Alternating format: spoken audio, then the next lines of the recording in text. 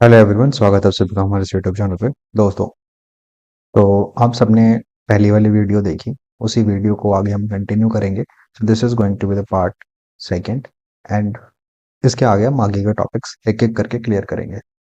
तो सबसे पहला टॉपिक हमारे पास है, व्हाट इज अ मॉलिक्यूल।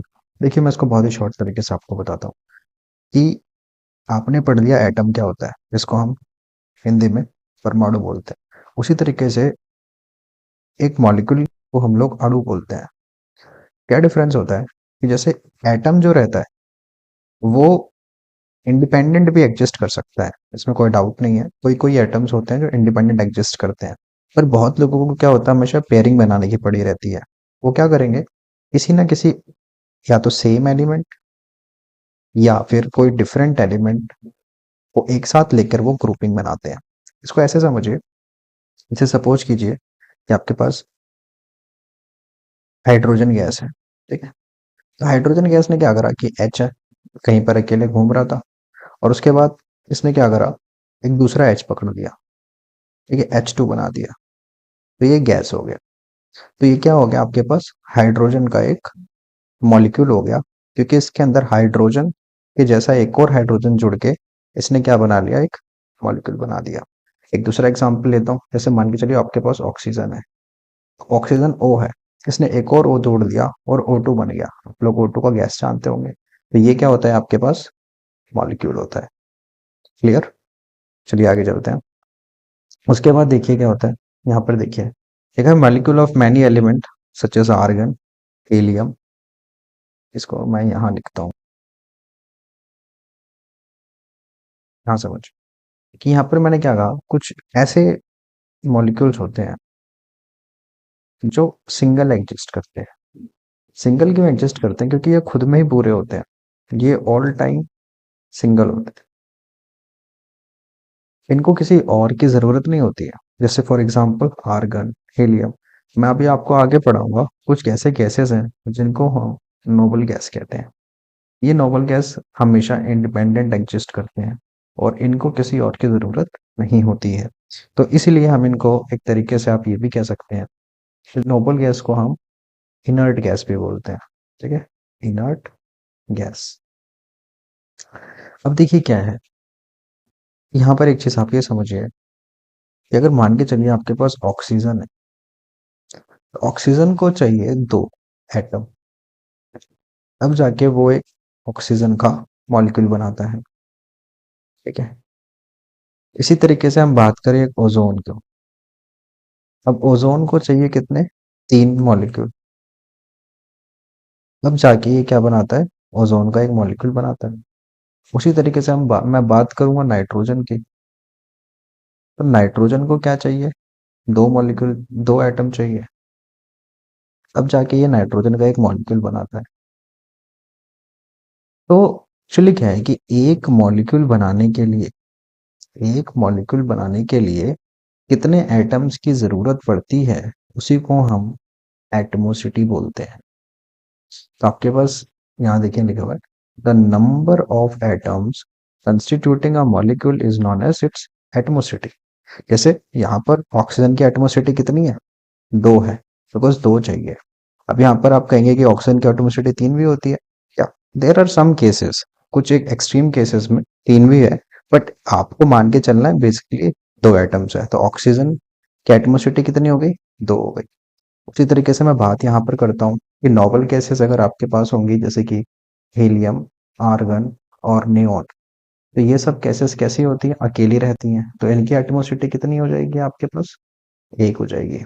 ठीक है, उसी तरीके से अगर मैं आपसे बात करूं कि नाइट्रोजन की एटमोसिटी कितनी हो जाएगी, तो आप कहेंगे दो हो जाएगी। यहाँ पर दो हो जाएगी, बिकॉज N2 का मॉलिक्यूल होता है। तो एटमोसिटी आपको समझ आ गई कि एक मॉलिक्यूल बनाने के लिए कितने एटम्स की जरूरत पड़ेगी, उसी को हम कहते हैं एटमोसिटी। Got it. चलिए आगे चलते हैं। ये टेबल देख लीजिए, ये one of the most important table है और आपको पता होना चाहिए। देखिए, ऊपर की गैसेस देखेंगे हम, आर्गन, हीलियम और नाइट्रो, आर्गन और हीलियम सॉरी, ठीक है, मोनोएटॉमिक है। मैंने आपको पहले बताया दोनों कैसी हैं। ये है आपके पास इनर्ट गैस। ठीक है, उसके बाद देखिए हाइड्रोजन, ऑक्सीजन, नाइट्रोजन और क्लोरीन। जैसे कि आपने सुना होगा Cl, क्लोरीन की गैस होती है, नाइट्रोजन का N2 गैस होती है, हाइड्रोजन O2 होता है, ऑक्सीजन O2 होता है। तो ये सब कैसे हैं? डायटोमिक है। फॉस्फोरस में क्या होता है? ये P4 होता है। 4 फॉस्फोरस के एटम्स मिलके एक फॉस्फोरस का मॉलिक्यूल बनाते हैं, तो इसलिए हम कहते हैं कि फॉस्फोरस क्या है? टेट्राएटॉमिक है। इसी तरीके से सल्फर S8 होता है। 8 मॉलिक्यूल सल्फर के मिलके एक सल्फर का मॉलिक्यूल बनाते हैं, तो इसलिए सल्फर की एटोमिसिटी क्या हो जाती है? पॉली एटॉमिक हो जाता है। एग्जाम में बहुत बार क्वेश्चंस आए हैं, तो आप इस टेबल को ध्यान से अच्छे से रिवाइज कर लीजिए। हमेशा ध्यान रखना है आपको कि जो इनर्ट गैसेस होती हैं उनकी एटमॉस्फेरिक क्या होती है? एक, यानी कि हम उसे मोनो एटॉमिक बोलते हैं। ठीक है। और उसके बाद ऑक्सीजन, हाइड्रोजन, नाइट्रोजन, क्लोरीन, जो ये वाली गैसेस हैं, इनकी एटमॉस्फेरिक कितनी होती है? दो होती है। इसलिए हम इसको डाई एटॉमिक बोलते हैं, क्योंकि इनमें दो एटम्स की जरूरत पड़ेगी एक मॉलिक्यूल को बनाने के लिए। उसके बाद क्या है? फॉस्फोरस जो है वो टेट्रा एटॉमिक है, और सल्फर क्या है? पॉली एटॉमिक है। What it complete your topic. चलिए आगे चलते हैं। अब उसके बाद हम पढ़ेंगे मॉलिक्यूल ऑफ अ कंपाउंड। ठीक है। इसमें इस टॉपिक को मेरे को ऐसा लगता है कि ये इतना इम्पोर्टेंट नहीं है। अभी आपको अगर ध्यान रखना है तो इसमें एक चीज बस ये रख लीजिए। ये मैं आपको बाद में बताता हूँ। ये 1:8 कैसे आता है, 14:3 कैसे आता है, और कार्बन डाइऑक्साइड का 3:8 कैसे आता है, इसी वीडियो में आप आगे जान पाएंगे कि ये किस तरीके से बन रहे हैं। ठीक है। इसको मैं बस, आप ये ध्यान रखिए कि अमोनिया क्या होता है? NH3 होता है। ठीक है। ये एग्जाम के लिए इंपॉर्टेंट भी है। अमोनिया NH3 होता है। इसको मैं आगे आपको समझाता हूँ अभी। ठीक है। चलिए अब आयन समझते हैं। अब आयन क्या होता है? आयन होता है शादी का बंधन। आयन क्या होता है? शादी का बंधन होता है। देखिए समझाते हैं कैसे। अब क्या होगा कि एक पॉजिटिव और एक नेगेटिव, इस तरीके से रिश्ते बनते हैं। अपोजिट चार्जेस आपने सुना होगा। अपोजिट चार्जेस जो होते हैं वो इस तरीके से, मैं आपको थोड़ा लेमन टर्म्स में बताने की कोशिश कर रहा हूँ। एग्जैक्ट टर्म्स में जाएंगे तो थोड़ा आपको समझने में कॉम्प्लिकेशन हो सकती है। तो आप ऐसे समझिए कि होता क्या है कि इससे पहले मैं आपको एक, बाद में वो टर्म आएगा, उससे पहले मैं आपको पहले ही बताता हूँ। एक चीज जिसे कहते हैं वैलेंसी। देखो हर एक एटम में क्या होता है कि या तो वो दे सकता है, या तो वो दे सकता है, और या तो वो ले सकता है। क्या दे ले सकता है, क्या ले सकता है, क्या दे सकता है? इलेक्ट्रॉन्स। अगर वो इलेक्ट्रॉन दे सकता है तो उसके पास क्या है? एक्स्ट्रा है। इसलिए हम कहते हैं कि इसके पास क्या होगा? पॉजिटिव चार्ज है। वो ले सकता है तो वो क्या होगा? Negative charge. तो ये देने वाला और ये लेने वाला आपस में क्या करते हैं? संबंध बना लेते हैं, और इसी संबंध को हम कहते हैं आयोनिक बॉन्ड। एक बार दोबारा से मैं रिपीट कर रहा हूँ, शॉर्ट तरीके से देख लीजिए। वैलेंसी क्या होती है कि एक एटम में या फिर एलिमेंट में कितनी टेंडेंसी है कि वो दे सकता है या ले सकता है। Got it. अब कितना दे सकता है और कितना ले सकता है, वो ही इसकी वैलेंसी है। अगर दे सकता है तो उसे कहते हैं हम पॉजिटिव है, और अगर वो ले सकता है तो नेगेटिव है। तो ये जो प्लस वाला होता है, ओके, तो जो ये प्लस वाला होता है इसको हम लोग कहते हैं कैटायन, और जो ये माइनस वाला चार्ज होता है उसको हम लोग कहते हैं एनायन। अब यहाँ ध्यान से इसको आप पढ़ लीजिए, आपको सब समझ आ जाएगा। लिखा हुआ है an ion can be negatively और positively charge. A negatively charge ion is called anion, and a positively charge is called cation. जैसे मैं आपको NaCl का केस मिटा देते हैं तो ताकि समझते हैं। रुकिए।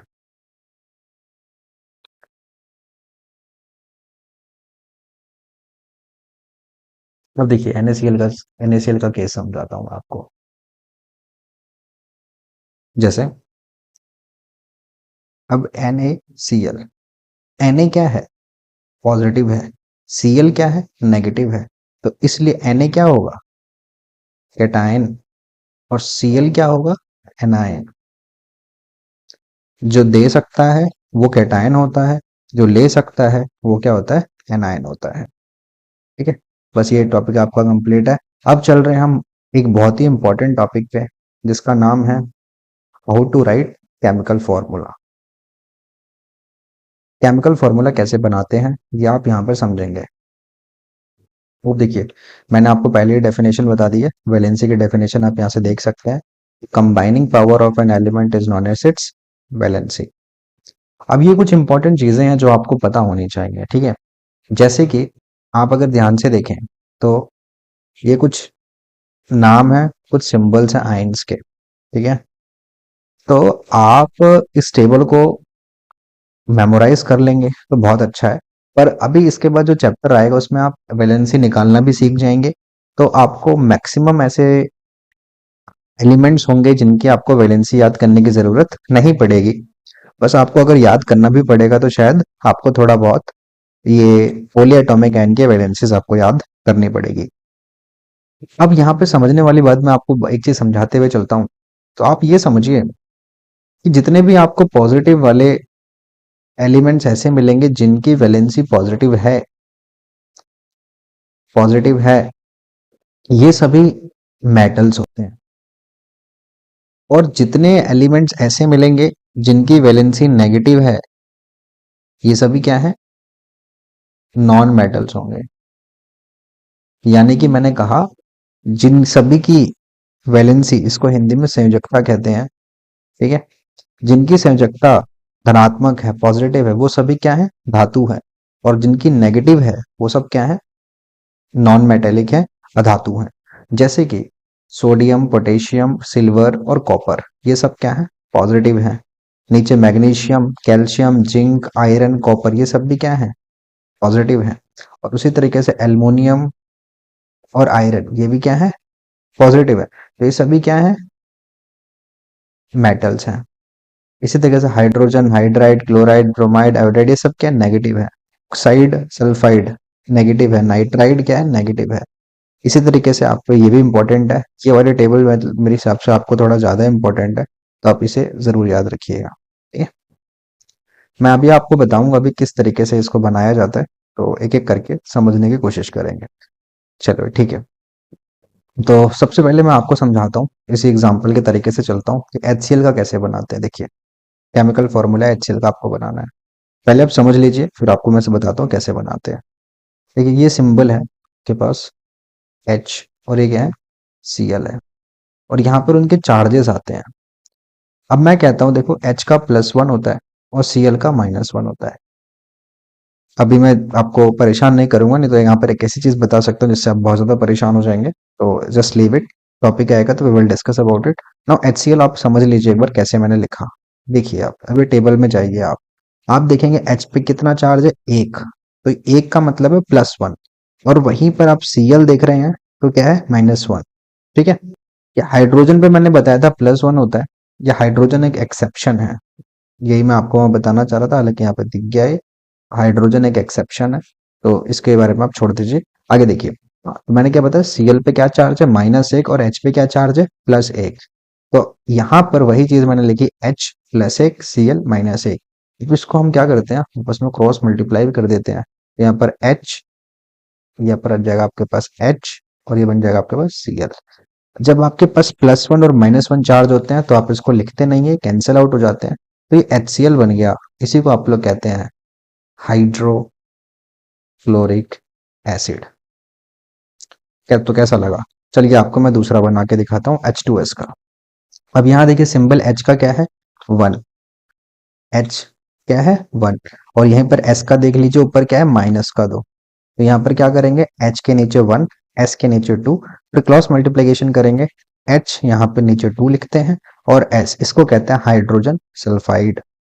इसी तरीके से कार्बन टेट्राक्लोराइड्स, कार्बन की वैलेंसी कितनी होती है, 4। तो आई थिंक इसके अंदर है नहीं कार्बन का, तो ये आप नेक्स्ट चैप्टर में पढ़ लेंगे वैलेंसी कैसे निकलती है। और Cl की वैलेंसी कितनी है, 1। तो क्या बन गया, CCl4। उसी तरीके से यहाँ पर देख लीजिए, यहाँ पर हाँ, ये नीचे ध्यान रखना है कि C के साथ 1 है तो C के नीचे कुछ नहीं, पर Cl के नीचे 4 है।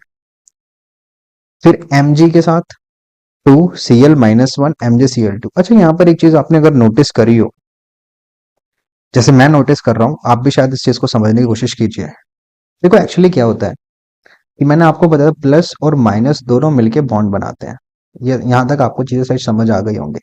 फिर बॉन्ड परफेक्ट कब बनता है कि अगर मैं जितना ले सकता हूँ और एक सामने वाला जितना दे सकता है, अगर ये दोनों का लेवल मैच कर जाए, उसको कहते हैं perfect bond. But my point, मैं क्या समझाना चाह रहा हूँ यहाँ पे, वो ये समझाना चाहता हूँ कि यहाँ पर आप देखिए MgCl2 बना है, मैग्नीशियम अकेला है पर Cl के कितने एटम्स हैं, दो एटम्स हैं। यानी Mg एक है और Cl कितने हैं, दो हैं। क्यों? क्योंकि Mg के पास वैलेंसी है 2+, Mg दो दे सकता है, तो वो इसलिए उसको दो क्लोरीन चाहिए कि एक क्लोरीन एक वाला एक ले लेगा, दूसरा वाला क्लोरीन एक ले लेगा, तब जाके ये पूरी तरीके से बॉन्ड फॉर्मेशन होता है। इसी तरीके से ऊपर देखेंगे आप, कार्बन के पास कितने, कार्बन के पास चार एटम्स फालतू हैं, वही क्लोरीन के पास एक है। तो इसी तरीके से मुझे चार क्लोरीन चाहिए, चार क्लोरीन चाहिए, अभी जाके तभी जाके मैं एक कंपाउंड या कभी एक मॉलिक्यूल बना सकता हूँ। CCl4 मैंने इसलिए लिखा है बिकॉज Cl चार दे सकता है और एक क्लोरीन एक ही ले सकता है, तो यहाँ पर चार क्लोरीन चाहिए होंगे, तभी जाके CCl4 बनेगा। Got my point? इसी तरीके से ये कुछ आप अपने आप देख लीजिएगा। ठीक है, ये देखिए ये भी वही चीज है NO3, और ये पॉलीएटॉमिक आयन है, क्योंकि ऊपर से मैंने आपको बताया कि आपको थोड़े याद करने पड़ेंगे ये वाले टेबल, ये इंपॉर्टेंट है। आप देखेंगे NO3 पे -1 का चार्ज है, तो इसलिए यहाँ पर NO3 में -1 का चार्ज लगाया है और ये बना है, इसको कहते हैं सोडियम नाइट्रेट। ठीक है, उसी तरीके से कैल्शियम क्लोराइड CaO, CaOH का होल ट्वाइस। ठीक है, अब बहुत सारी चीजें देखिए ऐसी होती है जिसमें आप कंफ्यूज हो सकते हैं। मैं बस कंफ्यूजन वाली चीजें आपको पहले बता देता हूँ कि OH का होल ट्वाइस यहाँ पे लगाया, मैंने इसको ब्रैकेट में इसलिए रख दिया है बिकॉज जब भी आप पॉली एटॉमिक आयन इस्तेमाल करेंगे, आपके पास एक पॉली एटॉमिक आयन है और अगर उसके ऊपर अगर जैसे 2 3 4 5 आएगा तो उसको ब्रैकेट में रखते हैं। ठीक है, उसको ब्रैकेट में रखते हैं। पर जैसे ऊपर क्या है, दोनों +1 -1 है, तो उसको ब्रैकेट में रखने की जरूरत नहीं है। अब आप इतना मत सोचिए, बस आपको पता होना चाहिए कि अगर आपके एग्जाम में आता है कि which of the following is a correct formula of sodium nitrate, आपको ये पता होना चाहिए। ऊपर जो टेबल बनी है, इस वाली टेबल आपको याद होगी दिमाग में। ये भी कोई बहुत बड़ी साइंस नहीं है इसको याद करना। आगे नेक्स्ट वाले चैप्टर में ऐसे ही थ्योरम्स आपके पास, ऐसी थ्योरम कह रहा हूँ सॉरी, आपके पास मैं इस तरीके से टेबल बनेगी, आपको याद हो जाएगा, कोई बहुत बड़ी बात नहीं है, उसको आप सिंपली याद कर सकते हैं। ठीक है, तो इस तरीके से ये याद हो जाएगा। सोडियम आपको पता रहेगा, सोडियम आप लिखेंगे Na, फिर लिखेंगे नाइट्रेट NO3, फिर सोडियम के नीचे आप +1 लगाएंगे, NH के नीचे क्रॉस मल्टीप्लिकेशन करा, NaNO3 आपके पास सोडियम नाइट्रेट बन गया। ठीक है, अब चलते हैं आगे। चलिए एक दो इसमें से कर लेते हैं। ठीक है, जैसे मैं, पहला क्वेश्चन है कि मुझे सोडियम ऑक्साइड बनाना है, तो मैं सोडियम यहाँ लिखूंगा, ऑक्साइड यहाँ लिखूंगा। सोडियम का सिंबल कितना होता है Na, ऑक्साइड का सिंबल क्या होता है O। N कितना चाहिए मेरे को, N की वैलेंसी कितनी होती है बताओ फटाफट, +1। ऑक्सीजन की वैलेंसी होती है -2, तो क्रॉस मल्टीप्लिकेशन करा Na2O, तो ये हो जाएगा आपके पास सोडियम ऑक्साइड। इसी तरीके से मैं आपको एल्यूमिनियम क्लोराइड देखते हैं। एल्यूमिनियम क्लोराइड आपको बनाना है, तो यहाँ पर Al लिखा, यहाँ Cl लिखा, ये इसके सिंबल्स हो गए।